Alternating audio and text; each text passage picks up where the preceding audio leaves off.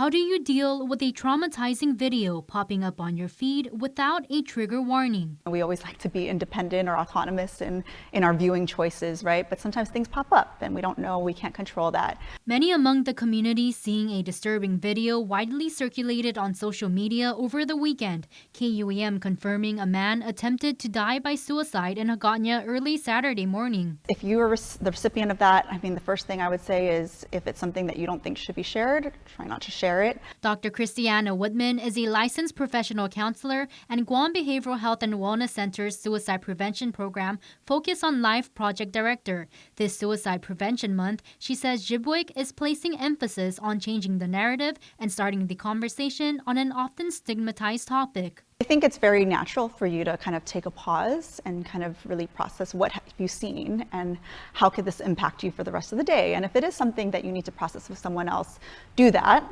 whether it's a friend, a partner, whoever's at home with you. It's a hard but important conversation to have, especially for parents with children who may have seen the traumatizing video. Unfortunately, we don't always have, we can't always control what they're viewing also, and especially if it's not associated with some sort of warning. A lot of these viral videos are just shared.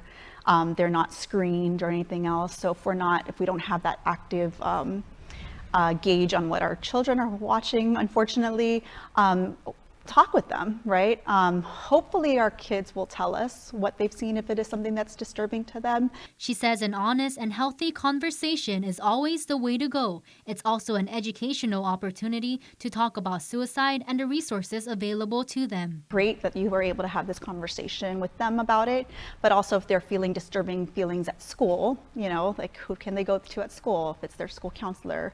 And the other piece I like to add with regards to kids is our peers are very powerful messengers. So if you have a child who's willing to talk with you about a situation that's disturbing, encourage your child to kind of share that same message with their friends, right? Because they may not have that same space to share their feelings. So letting them know that there are resources for their friends also.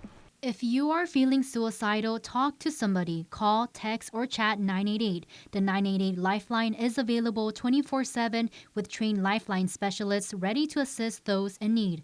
The Guam Focus on Life team also provides free suicide prevention trainings. You can email staff at peaceguam.org to avail of this service. Matsuki Hirayama, KUAM News.